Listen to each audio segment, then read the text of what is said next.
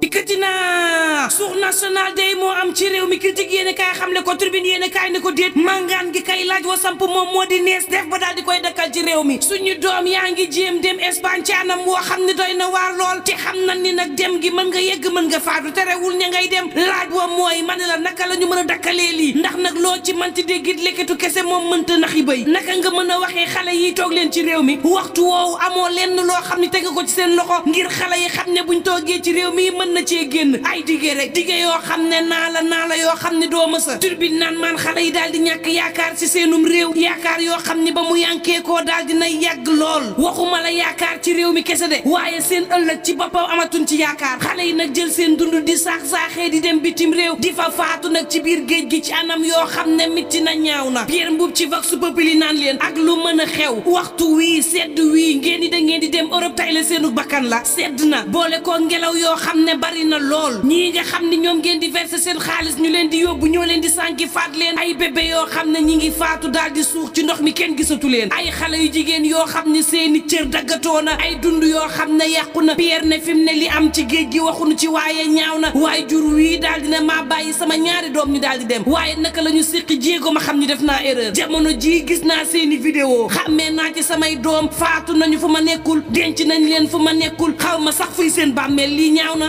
Boubacar Seye Horizon sans frontières ne loo ci manti déggit nguuru Sénégal moom bu ne dafa bëgg andi saafara ci lii saafara gi moom du police a koy régler du gendarmerie moo koy régler ci weneen anam rek turbine yéene kaay mel ni ku naan kon ban anam ni xale yi toog leen te tegoo dara seenu loxo daanaka xaru la ndax duñ la dégg Maguette Gueye entrepreneur ci direct news naan yow mi nga xam ne yaa war a yor Sénégal 2024 yow laay waxal màngaan gi ci réew mi metti na jéggi na dayoo ñàkk yaakaar ak lees teg loxo ci réew mi nag moo leen yóbbee lii ak jéego boo xam ne gouvernement gi fi nekkoon teg na ko ñàkkum xëy moom ñëpp xam na ni moo am ci réewum Sénégal te ñàkkum xëy moom mais dafa dem ba dagg xolu ndaw yi ñu ci bari ci ñoom am ay diplôme ñu ci bari ci ñoom am seeni talent waaye furaas mënuñu koo jëfandikoo ci réew mi màgget naan leen xoolal ma livreur yi rek ñi ngi joué rôle bu rëy ci réew mi waaye jafe-jafe yi ñi ngi koy am ci réew mi ma nga naan futur président bu Sénégal jëlal ay dogal wan ndaw yi nag lees teg loxo waaye tam lees teg tànk faaw nu joyanti waat réewum Sénégal daal di créer ay emploi te buñ ko créer it xale yi mën caa toog mu mën caa yàgg ngir ñu amub koom yow mi bëgg a yóotu réew mi Maguette Gueye naan kon yow laay waxal yaakaar gi ñu am ci yow wala vision gi ñu jàpp ne mën nga faa yóbbu Sénégal dee tax yaakaar juddu ci yow bañu fal la te bés buñ la falee nga la waay tabaxalal avenir gu rëy ndawum réewum Sénégal 24 heures yéen kaay naan man jiital car rapide prestige ab bataaxal daal la daal di xaatim yónnee ko ki nga xam ne moo nar a doon président bu réewum Sénégal ëllëg l'évidence yéen kaay mel ni ku naan man ndax dana yomb ndax nag Sénégal gii ñi ngi nar a sóobu ci daara yu kawe yoo xam ne ren njàng du fa am 24 heures yéen kaay naan man Cheikh Anta Diop bu Ndakaaru misaal la ci réew mi ko dajee naan kon crise ba day ma nga gën a métti ci UCAD bañ a ngay laam-laamee nag njàng boo xam ne ci ay ordinateur les ko nar a jaarale Le Soleil yéen kaay naan man boobu président Macky Sall mi ngi diggante Paris ak Riyad ci warum financement l'évidence naan kon paj bi nar a am gàllankoor diggante ànd gësam ak ministère de la santé l'observateur naan kon ñiy faju ci clinique yi jël leen seeni matuwaay ndax nag téeméer boo jël fukk dana yokku ca li ngeen daan fay laas naan kon paju ci réew mi métti ba noppi diabétique yi moom ca Abbas Ndaw ñi ngi xamle bés bu yàlla sàkk benn ba ñaari baaraam dina fa rot ndax diabète l'enquête naan maan ñu moytu it ndax boo moytul xuy xapp dana tàmbaliwaat ci réew mi ak Sénélec tribune yéene kaay naan kon Baye Fall ba ñu faat ca Touba xalif général des Mourides nee na mbir mi téye na ko ci loxoom ña nga xam ni it ñoo lakkoon borom ñaari turi ca Kaolack yéene kaay des médias bi naan maan juróom ci ñoom sursis lañu am ba ñibbi nañ seeni kër